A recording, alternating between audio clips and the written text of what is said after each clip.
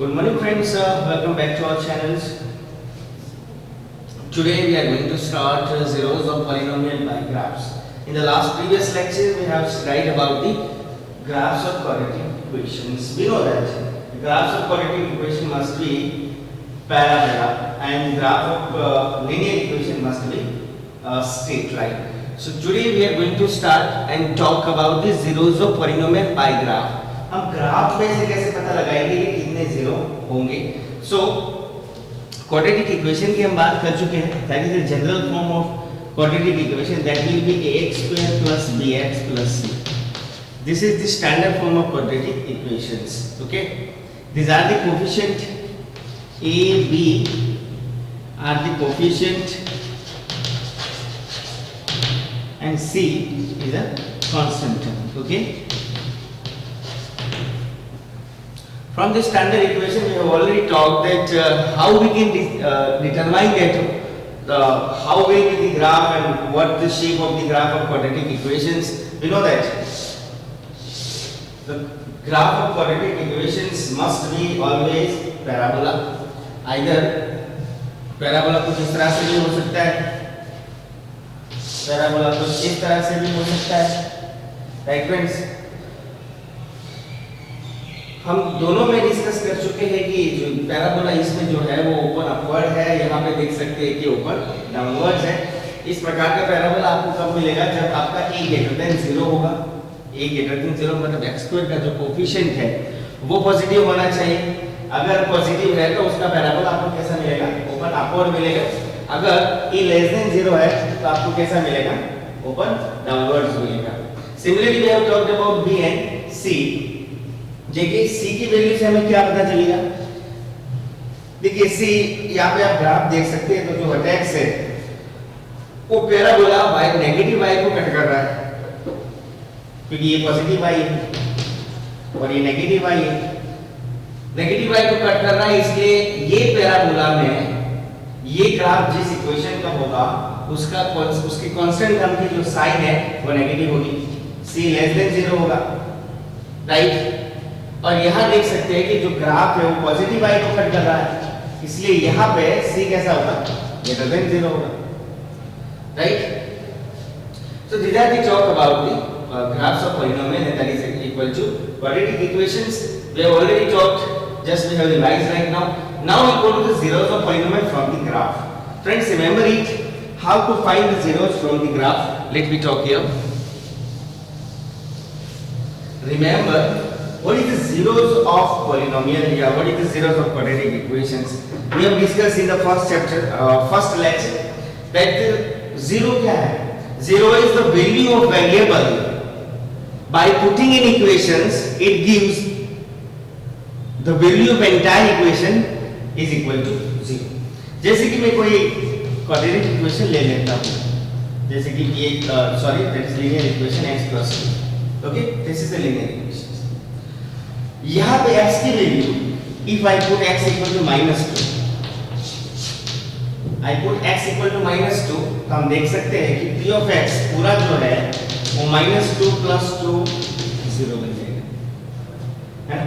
तो this is the zeros of given equations. Zero is nothing but the value of variable. By putting in the equations, entire value of equation becomes 0.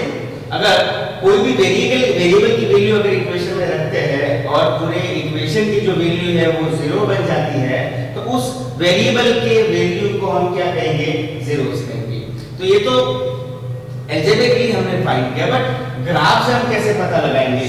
Suppose मैं quadratic equation का कोई graph बना देता हूं यहाँ पे इस तरह से. Okay, this is the graph for quadratic equations. Friends, remember it. Whenever we need to find the zeros from the graph, we will mind on those points which are intersecting by graph on x-axis. ये graph, जो graph है parabola, वो x-axis को कितने point में intersect करता है वो आपके जीरो है. जैसे कि आप यहाँ देख सकते हैं, एक पॉइंट यहाँ है, मैं इसको a नाम दे देता हूँ, और एक पॉइंट यहाँ पे जिसको मैं b नाम दे देता हूँ. और ये ग्राफ मान लो कि ax square plus bx plus c का ग्राफ है, बिकॉज़ क्वाड्रेटिक इक्वेशन का होना चाहिए क्योंकि पैराबोला है ना. तो मैं आपको पूछूं कि इस क्वाड्रेटिक इक्वेशन के जीरोस कितने हैं, तो मैं कहूंगा 2, क्योंकि मैक्सिमम 2 ही मिलने वाले, क्योंकि क्वाड्रेटिक है। क्योंकि जितनी डिग्री होगी इक्वेशन की, आई मीन पॉलिनोमियल की, उतने मैक्सिमम इसके पास 0 होंगे। इसकी डिग्री 2 है तो इसके पास मैक्सिमम कितने 0 होने चाहिए, 2 होने चाहिए। और वो 2 कौन से होंगे, तो आप ग्राफ से देख सकते हैं कि ग्राफ एक्स एक्सिस को जिस पॉइंट पे इंटरसेक्ट कर रहा है, where this x axis intersected by graph they are the zeros of given equations. We can see here this is the intersecting point of graph and this is the intersecting of graph, so a and b are the zeros of given equations. Okay friends, I'll give you an example. Suppose parabola is like this, है ना, this is the one intersecting point. Suppose this is 3, this is one of the intersecting point, this is 4, and the equations ax square plus bx plus c, this is the quadratic equations. Okay, suppose कर लीजिए कि ये quadratic equation का graph ये भी parabola तो होने वाला है ना, ये intersecting point यहाँ पे मैं मान लो कि 3 है, यहाँ पे मान लो कि 4 है, तो these are the zeros of given equations 3 and 4, and remember this, parabola always passing through its zeros. Parabola always उसके जीरो में से ही पास होगा। ये पैराबोला जैसे ड्रॉ किया है मैंने, वो कहां से पास हो रहा है देख लीजिए, ए और बी में से पास हो रहा है ऑलवेज। कोई भी आप पैराबोला ड्रॉ करोगे कोई भी इक्वेशन के लिए, तो वो पैराबोला कोई भी ग्राफ, या तो वो पैराबोला की बात करें, चाहे वो फिर क्यूबिक का कर्व हो या फिर स्ट्रेट लाइन हो, लीनियर का, doesn't matter, but it will always pass through the zeros of its equations, है ना। यहाँ पे a और b 0 है तो वहां से पास हो गया। इस ग्राफ में 3 4 zeros है तो पैराबोला वहीं से पास हुआ है। इट मींस क्या हुआ कि 3 and 4 are the zeros of given equations। यहाँ पे हम बात करेंगे a and b are the zeros of given equations। Okay, एक और एग्जांपल से आपको समझाता हूं मैं। अब थोड़ा हम प्रॉपर एग्जांपल लेते हैं। ये स्टैंडर्ड फॉर्म का हमने एग्जांपल लिया था अभी। देखिए मैं एग्जांपल ले लेता हूं, p of x equal to x square minus 5x plus 6. Right friends, this is the quadratic equation, yes, and it will have maximum 2 zeros that I know. Factorise कर लीजिए मिडिल टर्म स्प्लिटिंग मेथड से। तो middle term splitting method कैसे करेंगे, तो splitting method में हम क्या करेंगे, लास्ट टर्म और फर्स्ट टर्म को हम क्या कर देंगे, मल्टीप्लाई कर देंगे, तो वो क्या बन जाएगा 6x² बनेगा। क्या बनेगा 6x² बनेगा। या तो सिर्फ कोफिशिएंट को मल्टीप्लाई कर दो, ये कोफिशिएंट और इसका कोफिशिएंट 1 है तो 6 को मल्टीप्लाई कर दो और इसके प्राइम फैक्टराइजेशन कर दो। उसको break down this number into prime factorisation, तो 6 विल बिकम 3 into 2। और कोई 6 के प्राइम फैक्टराइजेशन हो सकते हैं, या एक हम इस तरह से भी बना सकते हैं 1 into 6। अब फ्रेंड्स आप देखिए, इसके अलावा कोई फैक्टराइजेशन हो ही नहीं सकते 6 के, तो by using which two factor we can make 5 either by addition or by subtractions। आप एडिशन करो या सब्ट्रैक्शन करो, ये दो फैक्टर का या फिर ये दो फैक्टर का, हमें लाना है मिडिल टर्म 5 लाना। तो क्या फ्रेंड्स ये दो टर्म से आ सकता है, 6 बन जा 6 और ये देखिए 3 2 का 6, है ना। ये दो फैक्टर से आएगा या ये दो फैक्टर से आएगा, एडिशन करके लाना है। तो देख सकते हैं आप 3 into 2 करेंगे तो एडिशन से आ जाएगा। यहाँ पे एडिशन करेंगे, आपको याद भी रखना है कि यहाँ पे जो सिंबल डाला हुआ है लास्ट टर्म के आगे वो ऑपरेशन करना है। या तो फिर ऐसा भी हो जाएगा 6 - 1 करोगे तो भी 5 बनेगा और 3 + 2 करोगे तो भी 5 बन रहा है। दोनों केसेस में ये हो रहा है। तो हमें कौन से दो फैक्टर यूज करना है, तो आपको यहाँ पे साइन देखनी है कि लास्ट टर्म के आगे कौन सी साइन है। तो यहाँ पे लास्ट टर्म के कांस्टेंट टर्म के आगे एडिशन लिखा हुआ है, सो हम फैक्टराइजेशन का एडिशन करेंगे। तो एडिशन से कौन से दो पार्ट का आंसर 5 आएगा। यहाँ पे देखो एडिशन करेंगे तो 7 आ रहा है और यहाँ पे एडिशन करेंगे तो 5 आ रहा है। तो ये दो प्रॉपर हमारे फैक्टर बनेंगे। तो हम क्या करेंगे x² - 3x - 2x + 6, राइट। अब यहाँ से ये दो की पेयर बना दो, ये दोनों की पेयर बना दो, x कॉमन निकाल दो, क्या बनेगा x - 3 बनेगा ना, है ना। यहाँ पे भी सेम ब्रैकेट आएगा, यहाँ पे क्या बनेगा -2। ओके, तो एक ब्रैकेट बनेगा, इसमें से x - 3 कॉमन निकाल दो, तो दूसरा क्या बचेगा x माइनस। ओके फ्रेंड्स, और हमने पहले भी कहा था कि जब भी आपको जीरोस फाइंड करना है तो पूरे इक्वेशन को इक्वल टू 0 ले लेना है। चलिए इसको भी इक्वल टू 0 ले लिया, इक्वल टू 0 ले लिया, इसको भी इक्वल टू 0 ले लिया। ओके, अब फ्रेंड्स यहाँ पे देखिए दोनों फैक्टर का मल्टीप्लिकेशन 0 है। इसका मतलब ये हुआ कि ये दोनों फैक्टर में से कोई एक 0 होना चाहिए। अगर दोनों ब्रैकेट में से एक भी ब्रैकेट 0 नहीं है तो आंसर कभी भी 0 नहीं हो सकता। इट मींस कोई एक ब्रैकेट तो 0 होने ही वाला है। तो हम सपोज कर लेते हैं कि सपोज करो x - 3 इक्वल टू 0 या तो फिर x - 2 इक्वल टू 0 बनेगा। तो यहाँ से आपको x इक्वल टू 3 मिलेगा, यहाँ से आपको क्या मिलेगा x इक्वल टू 2 मिलेगा। Friends, these are the zeros for given equations. x square minus 5x plus 6 जो था quadratic इक्वेशन, इसके दो जीरो हमें मिले x - 3 and x equal to 2। ये दो प्रॉपर इसके जीरो हैं। फ्रेंड्स, जब इसका हम पैराबोला बनाएंगे, जब इसका ग्राफ हम ड्रॉ करेंगे तो हमें इसका ग्राफ किस तरह से मिल सकता है। देखिए हमने अभी भी बताया था कि क्वाड्रेटिक इक्वेशन जो पैराबोला है वो ऑलवेज जो अपने जीरो में से ही पास होगा। तो इसके दो जीरो है, एक 2 है एक 3 है। तो यहाँ पे 2 है पॉजिटिव और यहाँ पे 3 है, राइट। उसमें से तो पास होने ही वाला है, दैट्स वेरी श्योर, है ना। तो आपका पैराबोला किस तरह से होगा, क्योंकि आप देख सकते हैं कि a greater than 0 है, यहाँ पे a equal to 1 है, it will be a greater than 0, मतलब पैराबोला ओपन अपवर्ड होगा। 6 कांस्टेंट टर्म पॉजिटिव है, 6 कांस्टेंट टर्म पॉजिटिव है, मतलब क्या होगा c greater than 0 है, मतलब प्लस y को इंटरसेक्ट करेगा, वो पॉजिटिव y को इंटरसेक्ट करेगा। a greater than 0 से हम क्या पता लगाएंगे कि ओपन अपवर्ड है, अपवर्ड होगा अगर हम ड्रॉ कर रहे तो। और c देखिए माइनस है, अंदर c नेगेटिव है क्योंकि b के पॉजिटिव हमें पता है वर्टेक्स के माइनस b बाई 2a होता है और माइनस b बाई 4a होता है, राइट। तो ये वर्टेक्स ही देखना है हमें। इसमें देखिए b की वैल्यू नेगेटिव है, b की वैल्यू नेगेटिव रखेंगे, ये तो पॉजिटिव है ही, e greater than 0 है, नीचे डिनोमिनेटर तो प्लस है, b नेगेटिव और ऊपर भी प्लस हो गया, मतलब एंटायर वर्टेक्स क्या हो गया प्लस हो गया, राइट। तो इंटरसेक्टिंग पॉइंट भी आपका क्या होगा कुछ इस तरह से आने वाला है, राइट। ये आपका x square minus 5x plus 6 का प्रॉपर ग्राफ होगा। अब देखिए तीनों कंडीशन ओपन अपवर्ड है इसलिए a greater than 0 होगा, प्लस y को इंटरसेक्ट कर रहा है इसलिए c greater than 0 होगा, है ना। और b देखिए यहाँ पे माइनस b बाई 2a है, b की वैल्यू नेगेटिव और प्लस एक्सिस पे होना चाहिए, तो b की value minus b by 2a के अकॉर्डिंग b कहाँ होना चाहिए, यहाँ पे आना चाहिए। तो ये जो इक्वेशन था x square minus 5x plus 6 का रिक्वायर्ड पैराबोला कुछ इस तरह से होगा। पहला क्वेश्चन होगा कि सर 2 और 3 में से क्यों पास किया, तो याद रखिए कोई भी ग्राफ अपने 0 में से ही पास होगा। यहाँ पे 0 थे 3 और 2, इसलिए वो अपने 0 में 0 2 और 3 में से ही पास होने वाला है। सिर्फ इसका शेप का चेंज आ सकता है, फिर वो ऐसे भी हो सकता है।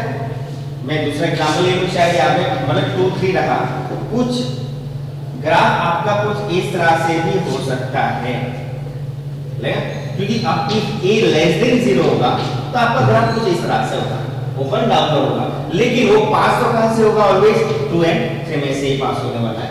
तो फ्रेंड्स याद रखिए all the parabola of quadratic equation must be passing through it's 0, okay. And दूसरी बात याद रखिए कि a greater than 0 होगा तो पैराबोला आपको ओपन अपवर्ड मिलेगा, है ना। c greater than 0 होगा तो पैराबोला प्लस y को इंटरसेक्ट करेगा, है ना। और b के लिए आपको ये वर्टेक्स देखना है कि ये जो वर्टेक्स है पैराबोला का वो कौन प्लस y की ओर आएगा या नेगेटिव y की ओर आएगा। वो आपको सिर्फ वैल्यू देखकर पता लगाना है, क्योंकि वैल्यू तो माइनस b बाई 2a थी, b की वैल्यू यहाँ पे माइनस दी हुई है, तो आप माइनस एक और रखेंगे तो एंटायर आंसर प्लस हो जाएगा। तो b कहाँ आना चाहिए, प्लस x की तरफ होना चाहिए। अब ये तीन बातें जब डिसाइड हो जाती है तो easily we can say what is the shape of our parabola. Okay friends, some graphs are given here. Okay, so from the graph we need to find how many zeros are there. Okay, look at the first graph. This is the x coordinate y axis, this is the y axis, okay, and this is the straight line of linear equations. Friends, tell me how many zeros of these equations या of this graph? Zero. कितने होंगे? Answer क्या होगा? Zero. Because this graph is not going to cut the x-axis. हमें तो कौन से intersecting point गिनने हैं? सिर्फ x-axis के। ग्राफ x-axis को कितने पॉइंट भी इंटरसेक्ट करता है, बस वो पॉइंट गिन लेंगे और वही उसके जेरोस होंगे। ये ग्राफ y-axis को कट कर रहा है, y-axis के इंटरसेक्टिंग पॉइंट हम कंसीडर करने वाले नहीं हैं। यहाँ पे देख सकते हैं x-axis and y-axis and this is the parabola। इसमें कितने जीरो हो सकते हैं friends? You may answer first. 3 no 2 कितने होंगे? दैट विल बी 2 बिकॉज़ ये देखिए एक इंटरसेक्टिंग पॉइंट एंड दूसरा intersecting point of X axis. We will never consider the intersecting point of Y axis. So यहाँ पे इस केस में पैराबोला के कितने जीरो होंगे? 2 होंगे। इस केस में देखिए ये 1 ये 2 ये 3 और ये 4। फ्रेंड्स याद देख लीजिए इस ग्राफ में कितने हो सकते हैं? गिनते हैं 1 2 3 4। ये तो नहीं गिनेंगे ना वाई एक्सिस वाला, सिर्फ एक्स एक्सिस के इंटरसेक्टिंग पॉइंट गिनेंगे 1 2 3 4। इसका आंसर कितना होगा? 4। इसके बाद 4 जीरोस है। इसके बाद देखिए 1 2 3 है ना, ये नहीं गिनेंगे, वाई एक्सिस वाला नहीं गिनेंगे। इसके पास कितने जीरो है? 3। राइट फ्रेंड्स, तो याद रखिए either it is parabola or straight line, we will only consider those points they are intersecting by x axis. okay, graph x axis को कितने पॉइंट पे इंटरसेक्ट करता है, बस वही इंटरसेक्टिंग पॉइंट को हम काउंट करेंगे and they are the required zeros of given equations. okay, this is about relation between zeros and coefficient. हमें उसके जीरो फाइंड करना है और उसके जीरो को कोएफिशिएंट के साथ क्या रिलेशन है वो भी वेरीफाई करना है। तो first what we will do here, we will find the required zeros of these quadratic equations. okay friends, but how to find the zeros of given quadratic equation? by splitting middle terms.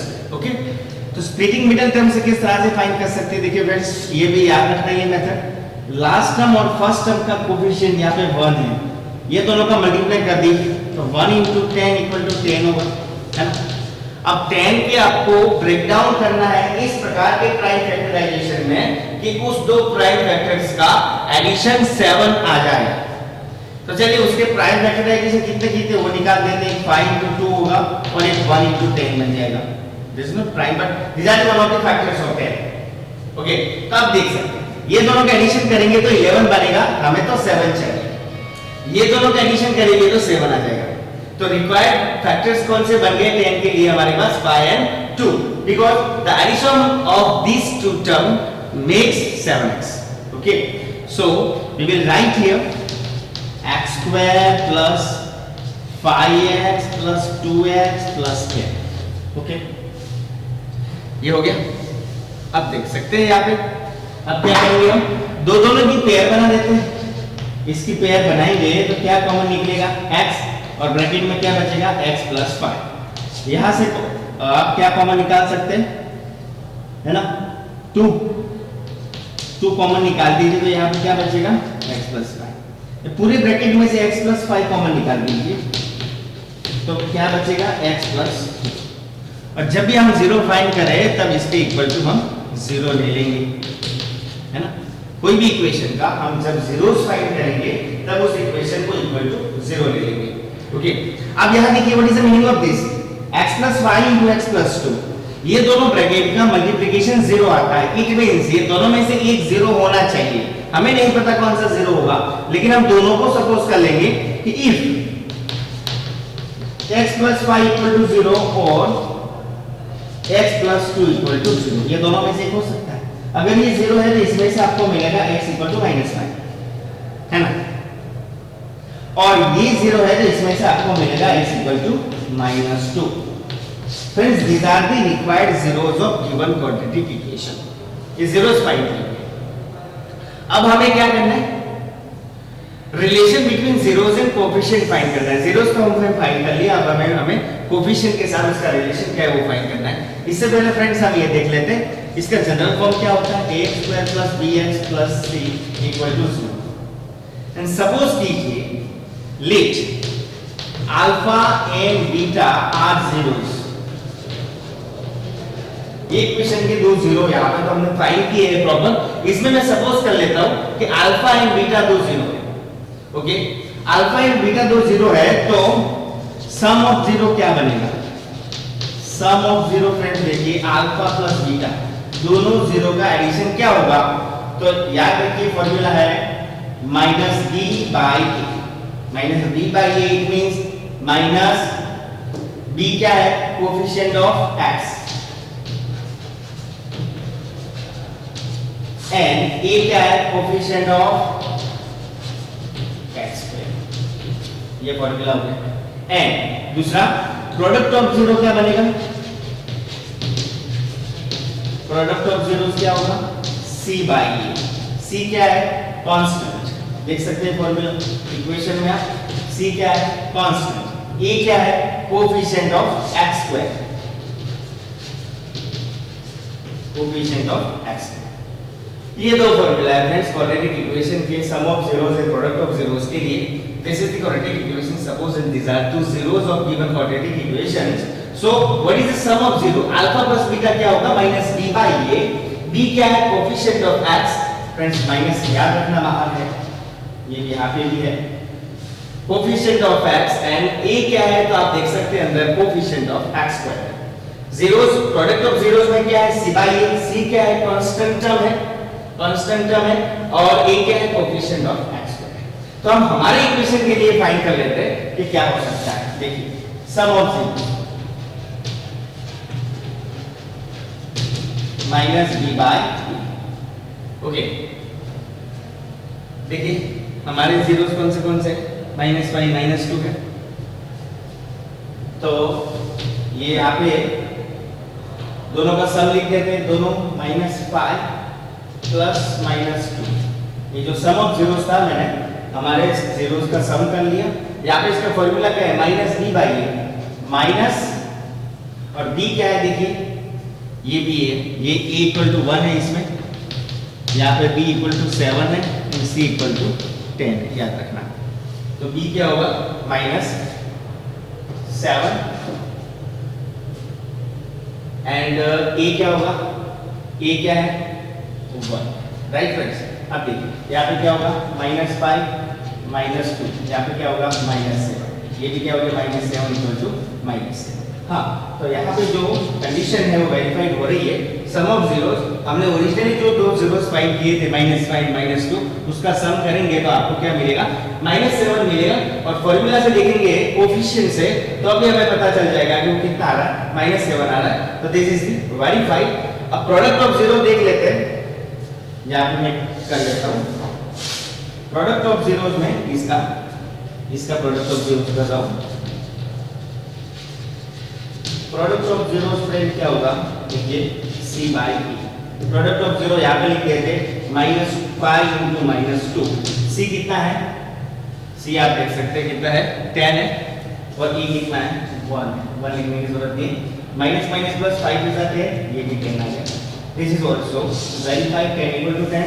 This is also verified -7 equal to -7. So friends, this is the way to find the relation between zeros and coefficient. So how we do? We have given the quadratic equation. First we will find the zeros of that given equations, and then what we will do?